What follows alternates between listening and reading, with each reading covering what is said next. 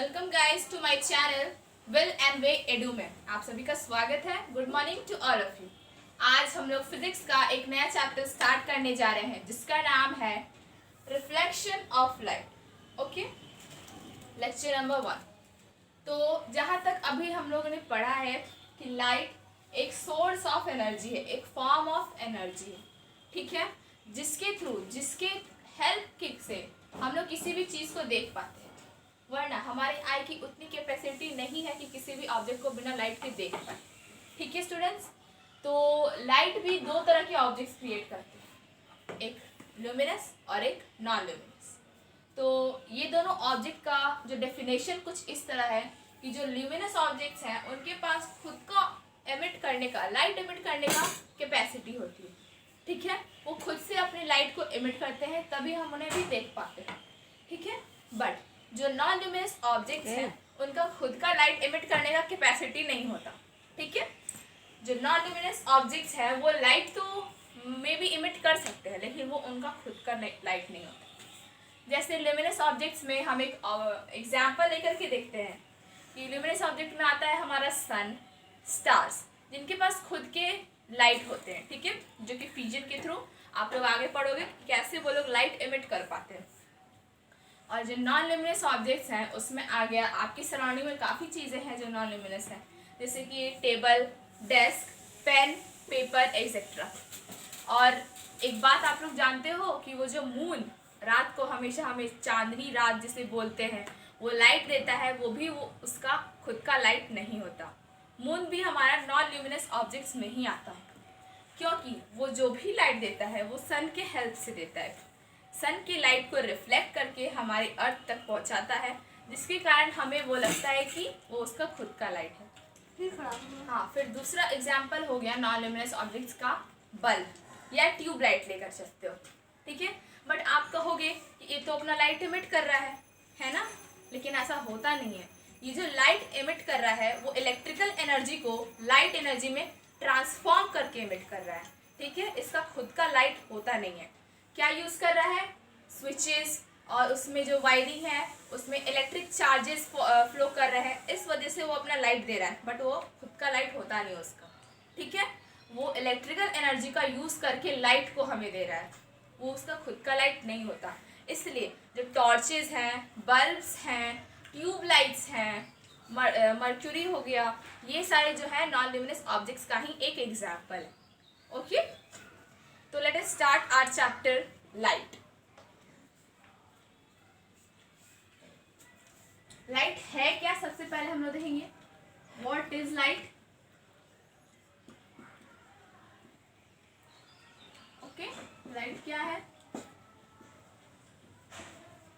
तो हम इसे डिफाइन ऐसे कर सकते हैं, light is a form of energy.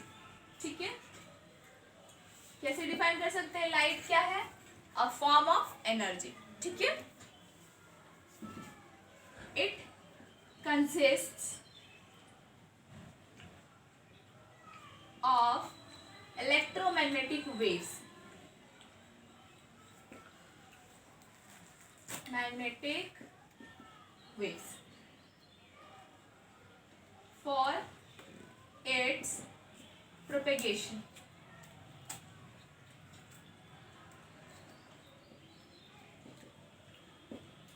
अब आप पूछोगे कि इलेक्ट्रोमैग्नेटिक वेव क्या है।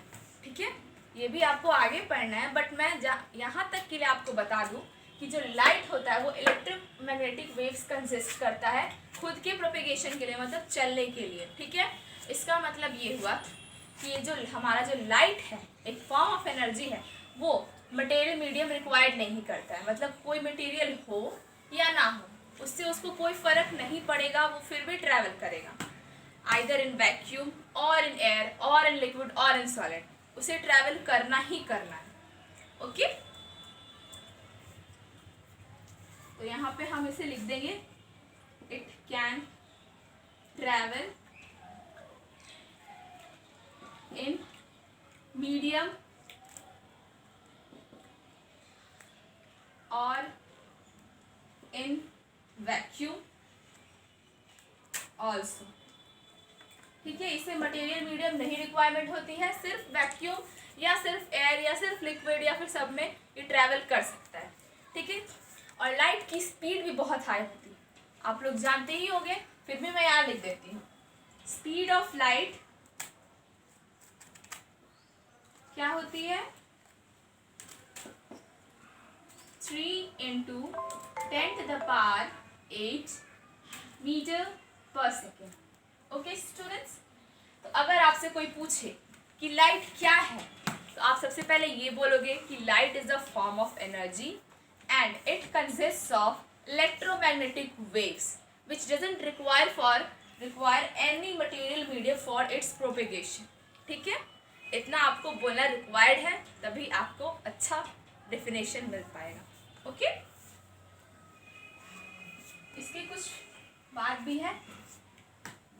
अभी तक हमने ये पढ़ा है कि light travels in straight path, है ना। अभी तक हमने ये तो पढ़ा है कि light travel in straight path, लेकिन कभी आपने इसका कोई एग्जाम्पल या कोई ऑब्जर्वेशन या एक्सपेरिमेंट देखा है? और अगर नहीं देखा है तो चलिए हम एक एक्सपेरिमेंट करके देखते हैं। ठीक है, तो मैं इसे इरेज कर दूं।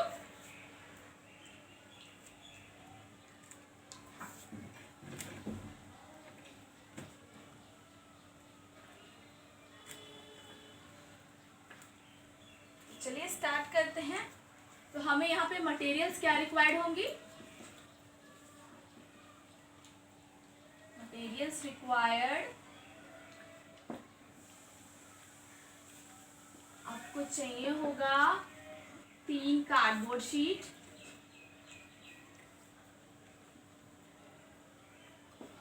ठीक है, 1 कैंडल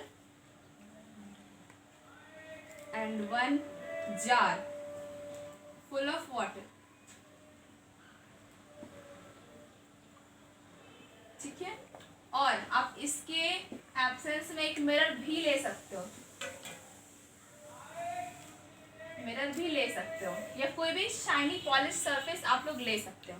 ओके, आपको करना क्या है, प्रोसीजर आपका क्या होगा, यहाँ आपको एक कैंडल को बर्न करना है।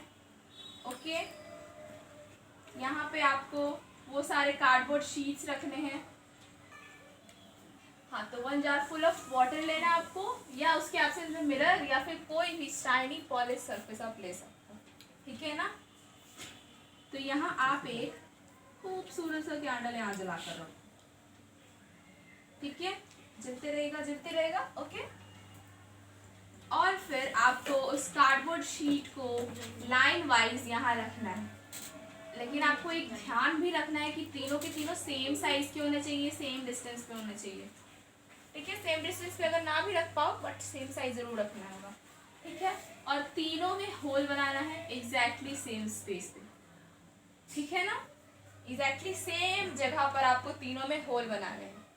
ओके, और यहाँ पर आप उस जार को या मिरर को स्टैब्लिश कर दो। ठीक है, ये मिरर है हमारा।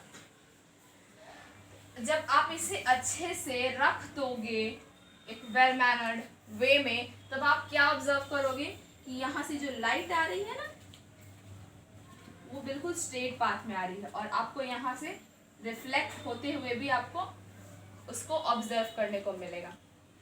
ओके, जैसे एक एग्जांपल लेते हैं, एक टॉर्च। जब आप किसी टॉर्च को मिरर पर मारते हो ऐसे करके, तब वो किस तरह से रिफ्लेक्ट करती है, उसी तरह से यहाँ भी रिफ्लेक्ट करेगी।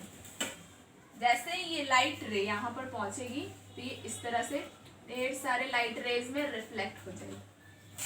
समझे? आप घर पर इसे कर देखो, बहुत मजा आएगा। ठीक है, तो चलिए अब हम आगे बढ़ते हैं हमारे लेसन में। रिफ्लेक्शन ऑफ लाइट से हमें क्या समझ आता है? हम लोग पढ़ने जा रहे हैं रिफ्लेक्शन ऑफ लाइट। ठीक है, यहाँ पे टॉपिक डाल देती हूँ मैं।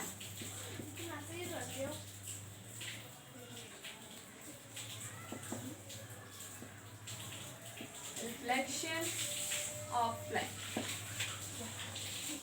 रिफ्लेक्शन ऑफ लाइट का मतलब है कि कैसे कोई लाइट प्रोपेगेट करता है, किसी सरफेस पर आता है तो और उस सरफेस के बाद वो कहाँ जाता है, आखिर लाइट नीचे जाता है, ऊपर जाता है, पीछे जाता है, या फिर सेम डायरेक्शन में बैक हो जाता है, क्या करता है वो अब हम लोग पढ़ेंगे। ठीक है, तो सबसे पहले इसकी डेफिनेशन हम लोग लिखते हैं कि reflection of light means the bouncing back of the light ray in the same medium is called the phenomenon of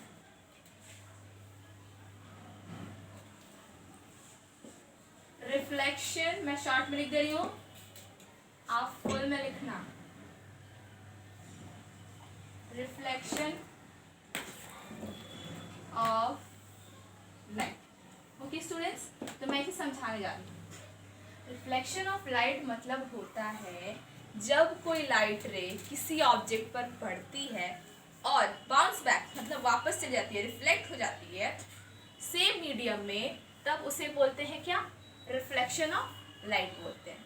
ठीक है, लाइट का रिफ्लेक्ट होना इसे ही बोलते हैं। जब कोई लाइट रे किसी ऑब्जेक्ट पर पड़ती है, specially smooth and shiny objects पर पड़ती है और वो रिफ्लेक्ट हो जाती है, बाउंस बैक हो जाती है इन द सेम मीडियम, उन्हें हम लोग क्या बोलते हैं, reflection of light, the phenomenon of reflection of light. ठीक है स्टूडेंट्स, तो इसको एक फिगर के थ्रू हम समझने की कोशिश करते हैं। मान लो यहाँ आपने एक मिरर रखा, मान लो यहाँ एक प्लेन मिरर है, ठीक है, एक प्लेन मिरर हमने यहाँ रखा। ठीक है, ये जो पोर्शन है ये हो गया आपका स्मूथ पॉलिश सरफेस नहीं हुआ, इसे बोलेंगे हम लोग पॉलिश सरफेस। ठीक है, और ये हो गया हमारा रिफ्लेक्टिंग एरिया। ठीक है, कैसे आप मिरर देखते हो, जहाँ पे आप अपना फेस देखते हो उसको रिफ्लेक्टिंग एरिया बोलते हैं, और जो उसके पीछे वाला पोर्शन होता है उसको क्या बोलते हैं, शाइनी पॉलिश सरफेस। ठीक है, जिसके कारण रिफ्लेक्शन पॉसिबल हो पाता है। तो हमने अभी तक पढ़ा है कि ये जो रिफ्लेक्टिंग एरिया है वो क्या हेल्प करता है, रिफ्लेक्शन में हेल्प करता है। किस में हेल्प करता है, लाइट को बाउंस बैक करवाने में। ठीक है, और आप कभी मिरर बनाओ तो ऐसे करना मत भूलना, वरना वो ट्रांसपेरेंट बन जाएगा, ग्लास बन जाएगा सिर्फ। ओके, इस बात का आपको ध्यान रखना है। मान लो यहाँ से एक लाइट इंसिडेंट करता है, ठीक है, यहाँ कोई सोर्स है, मान लो सन ही है, ठीक है, सन ही मानकर चलो। ठीक है, सन भी तो सोर्स ऑफ लाइट है ना। तो मान लो यहाँ से कोई एक लाइट इंसिडेंट करता है, ठीक है, तो लाइक वाइज यहाँ वो इंसिडेंट कर रहा है, यहाँ ये रिफ्लेक्टिंग एरिया है, तो ये ऐसे बाउंस बैक कर जाएगा। और जहाँ तक इन द सेम मीडियम की बात है, एयर में आया एयर में गया, मतलब सेम मीडियम में ही रहा। ऐसा तो नहीं है कि मिरर को क्रॉस करके दूसरी जगह चला गया, नहीं ना, लेकिन ये सेम मीडियम में वापस आ गया। ओके, और हमने अभी तक क्या पढ़ा है कि जब हम इन दोनों लाइंस के बीच में एक नॉर्मल ड्रॉ करते हैं तो ये वाली एंगल और ये वाली एंगल हमें इक्वल मिलती है। क्या मिलती है, this angle will be equal to this angle. ठीक है, और हम इस एंगल को क्या बोलते हैं, जैसा कि हमने इस वाले रे को बताया, ये है इंसिडेंट रे, और इसे जो वापस मुड़ कर गया इसे क्या बोलेंगे, रिफ्लेक्टेड रे। ओके, और ये जो एंगल है इसे बोलेंगे नॉर्मल, मतलब इस लाइन को बोलेंगे नॉर्मल। तो जो एंगल इंसिडेंट रे और नॉर्मल लाइन के बीच में बनती है उसे एंगल ऑफ इंसिडेंस बोलते हैं, एंगल ऑफ इंसिडेंस बोलते हैं। और जो एंगल नॉर्मल रे और रिफ्लेक्टेड रे के बीच में बनती है, उसे क्या बोलेंगे? Angle of reflection. ठीक है, हमने इसे पहले भी पढ़ा है कि एंगल ऑफ इंसिडेंस और angle of reflection always equal होता है ना। तो ये आप देख सकते हैं, आप इस फिगर को ड्रॉ कर लो। ये आगे हम पढ़ेंगे लॉज ऑफ रिफ्लेक्शन में। ओके, यहाँ तक आप बना लो, इसके बाद हम लोग पढ़ेंगे लॉज ऑफ रिफ्लेक्शन। ठीक है, ऑफ रिफ्लेक्शन मैं ज़्यादा नहीं बताना चाहूँगी, मैं नेक्स्ट वीडियो में इसे कंटिन्यू करूँगी। बस आप लोग को एक पहले से थोड़ा व्यू देकर जा रही हूँ ताकि आगे आपको पढ़ने में इंटरेस्ट जगे, ऐसा एक्साइटमेंट हो कि आगे क्या होगा। ठीक है, तो लॉज ऑफ रिफ्लेक्शन आपने पढ़ा होगा कि दो लॉज होते हैं। ठीक है, जिसमें एक होता होगा कैसे लाइट रेज आता है, किस तरह का सरफेस पे आता है, और एक होगा कि कौन से एंगल की इक्वल होता है। ये आपने जो पढ़ा ये भी उसमें से एक है। तो आप अगर चाहो तो अपने टेक्स्ट बुक को रीड करके रख सकते हो, ताकि अगले बार जब मैं इसे समझाऊँ तो आप लोग अच्छे से समझो। ओके, टिल देन गाइस, आज के लिए इतना ही। बाकी मैं अगली वीडियो में आपको बताऊंगी और अच्छे से समझाने की कोशिश करूंगी। और अगर कहीं आपको इसमें प्रॉब्लम आई हो तो आप हमें कमेंट सेक्शन में बता सकते हैं। और थैंक यू। टिल देन मैं नेक्स्ट वीडियो में मिलती हूँ। बाय।